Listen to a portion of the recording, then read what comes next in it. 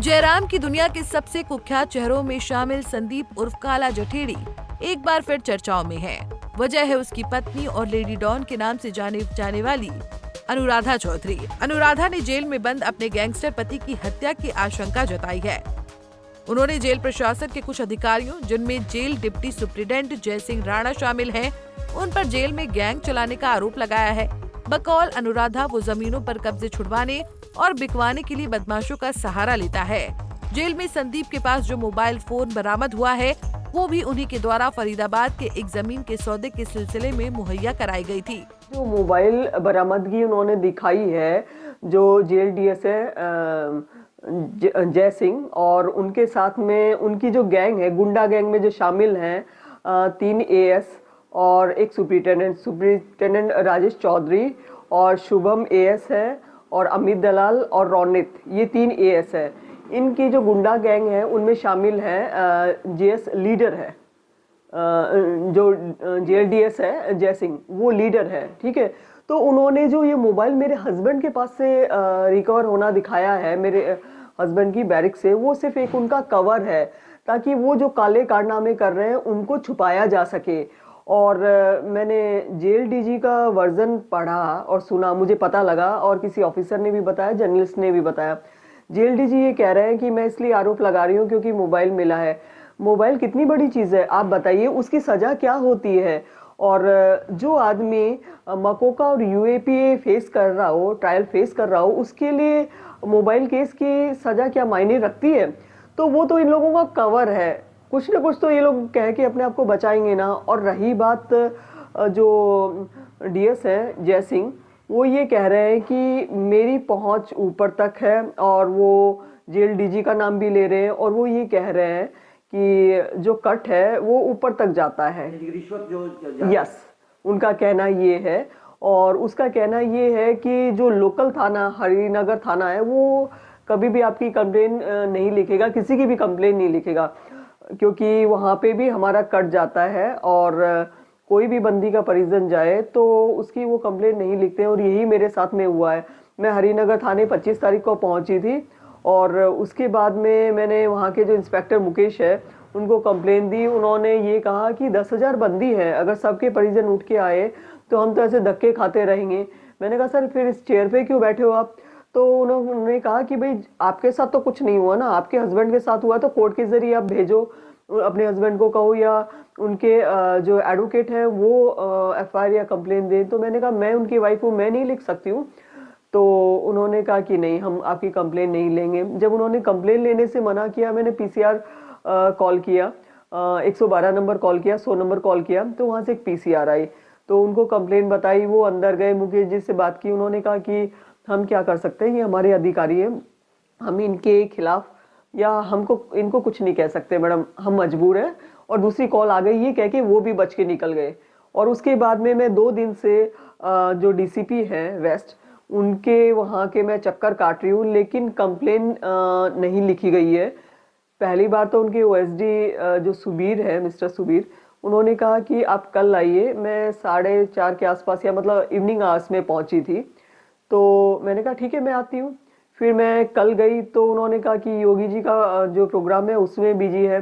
कोई नहीं, आपने अपने डीसीपी से बात तो की होगी ना कि ऐसी सी कंप्लेन, ऐसी सी प्रॉब्लम है, तो वो इंस्ट्रक्शन कुछ तो जारी किए होंगे, या फिर सारे काम धंधे छोड़ के डीसीपी साहब योगी जी के कार्यक्रम को संभालने में लगे हुए, बाकी कोई मरे या जिए कोई फर्क नहीं पड़ता। मैम जो ये प्रकरण चल रहा है, जो डीएस हैं जय सिंह, 3 एएस हैं रोनित, शुभम और अमित दलाल और सुप्रिंटेंडेंट राजेश चौधरी, ये किस तरह का गैंग है, वो ये जेल में है, वो चला रहे हैं? जो इनका लीडर तो है जय सिंह, डिप्टी सुप्रिंटेंडेंट। वो अपनी छवि ईमानदार की बना के रखता है, एकदम कड़क मिजाज, सख्त, और ये दिखाता है। और जो हाई प्रोफाइल और जो हार्डकोर क्रिमिनल हैं, जिनका नाम है, जिनके जरिए वाकई में वो कुछ इस्तेमाल कर सकता है, जिनका वो इस्तेमाल कर सकता है, तो उनको वो धीरे धीरे अपने कनेक्टिविटी में लेता है। कहता है कि भाई मैं तुम्हारा बड़ा भाई हूँ, या तुम मेरे बड़े भाई हो, इस तरीके की चीज़ें उनको थोड़ा सॉफ्टनेस दिखाता है। और फिर उसके बाद में मेरे हस्बैंड को उसने कहा कि काले, एक ज़मीन है फरीदाबाद में, और उसको तुम बिकवा दो, तेरी तो इतनी पहुंच है, तू आराम से बिकवा सकता है। तो बड़ी लैंड है और आराम से 10 करोड़ से 15 करोड़ के बीच में होगी। तो हम 1-1.5 करोड़ बीच में कमीशन रख लेंगे, 50 तू मेरे को दे देना, 1 तू रख लेना। तो मेरे हस्बैंड ने कहा कि ठीक है। तो वो फिर जो जिसके नाम से ये ज़मीन है, राहुल भाटी, जो कि सुंदर भाटी जो गैंगस्टर रहा है उनका बंदा है, और ये जयसिंह है वो भी गुज्जर है। तो वो सुंदर भाटी को चाचा बोलता है, पैर छूता है। राहुल भाटी, जयसिंह भी, हाँ। और डीएस जो डीएस है जयसिंह है, तो उनके पैर वैर छूता है, उनके साथ अच्छे संबंध है उसके, नो डाउट, जमीन की खरीद फरोख्त या इस तरीके की चीजों के लिए। तो फिर उसने कहा कि बिकवा दो। मेरे हस्बैंड ने कहा कि ठीक है मैं बिकवा दूंगा। मेरे हस्बैंड ने कुछ भी नहीं किया है, लेकिन आपको जिस जगह रहना है वहां पे पानी में रह के मगरमच्छ से बैर तो तभी किया जा सकता है जब आपकी गर्दन पे आ जाए। तो अब वो गर्दन पे ही आई हुई है। तो उन्होंने कहा कि ठीक है, और ऐसा कोई क्राइम वाली बात भी नहीं थी, कम जेल में रह के सिर्फ एक जमीन ही तो बिकवा रहे थे। तो उन्होंने राहुल भाटी से संदीप को मिलवाया है, उसकी एंट्रीज भी है। तो वो जो सबूत है, वो सीसीटीवी वगैरह वो जेल डिपार्टमेंट देगा। मैं जेल डीजी को लिख चुकी हूँ कि भाई 24 दिसंबर से लेके 21 जनवरी तक की जो भी सीसीटीवी फुटेज है उसको प्रिजर्व किया जाए, सुरक्षित किया जाए। और भी काफ़ी सारे सबूत हैं जो मेरे हस्बैंड देंगे। तो डील हुई लैंड के लिए। तो डीएस ने कहा, जयसिंह ने कहा कि 50 लाख मुझे दे देना। मेरे हस्बैंड ने कहा ठीक है, ओके, कोई दिक्कत नहीं है। उसके बाद में फ़ोन प्रोवाइड हुआ। ये जो फ़ोन पकड़ा गया है, ये फ़ोन कुछ भी नहीं है, ये तो सिर्फ कवर है।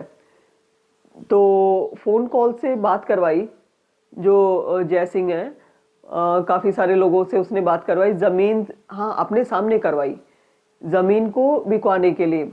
तो बायर मिला। तो उसके बाद में जयसिंह ने कहा कि 50 लाख नहीं, 1 CR चाहिए, 1 CR ले ले, दे दे काले, तू अगली बार कोई और मैटर हो ना उसमें तू ज़्यादा ले लेना। अभी देखो मेरे को ऊपर तक देना पड़ता है, और वो डीजी साहब का भी नाम ले रहा है और उससे भी ऊपर नाम ले रहा है। तो अब ये मुझे पता नहीं डीजी साहब शामिल हैं या नहीं है, लेकिन जो जयसिंह है वो और ये 3 AS ज़रूर शामिल है, ठीक है। तो उसने कहा कि देखो अभी रिटायरमेंट नज़दीक है डीजी साहब का, और मेरे पे दबाव है, उनको प्रमोशन के लिए भी काफ़ी सारी जगह देना पड़ता है, इस तरीके की बातें बोल के। तो संदीप ने कहा कि बात तो हुई थी, चलो ठीक है 50 की हुई थी, लेकिन कोई ना, आप 1 ले लेना, ठीक है। तो जो ज़मीन का बयाना है वो आने में थोड़ा देर हुआ।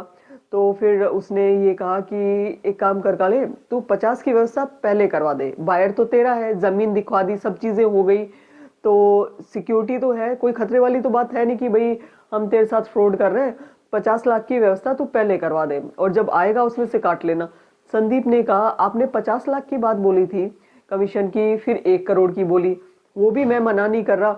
अब ये बात तो हुई नहीं थी कि 50 लाख मुझे पहले देना है, मेरे पास पहले कहाँ से आएगा, आप तो ये बताओ। तो बस इसी चीज़ को लेके डिस्प्यूट हो गया।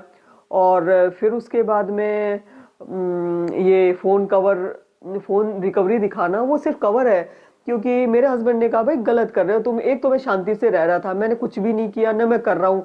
एक तो तुमने मेरे को है ना पिंच कर करके इस चीज़ के लिए रेडी किया कि भाई यहाँ पे रहना है तो देखो, और ये कुछ गलत भी नहीं है, तू 2 पैसे कमा लेगा, तेरी जमानत करवा लेगा, काफ़ी सारी तुमने चीज़ें कही, परेशान भी किया हर तरीके से। क्या ये इस तरह के मामले करते रहते हैं?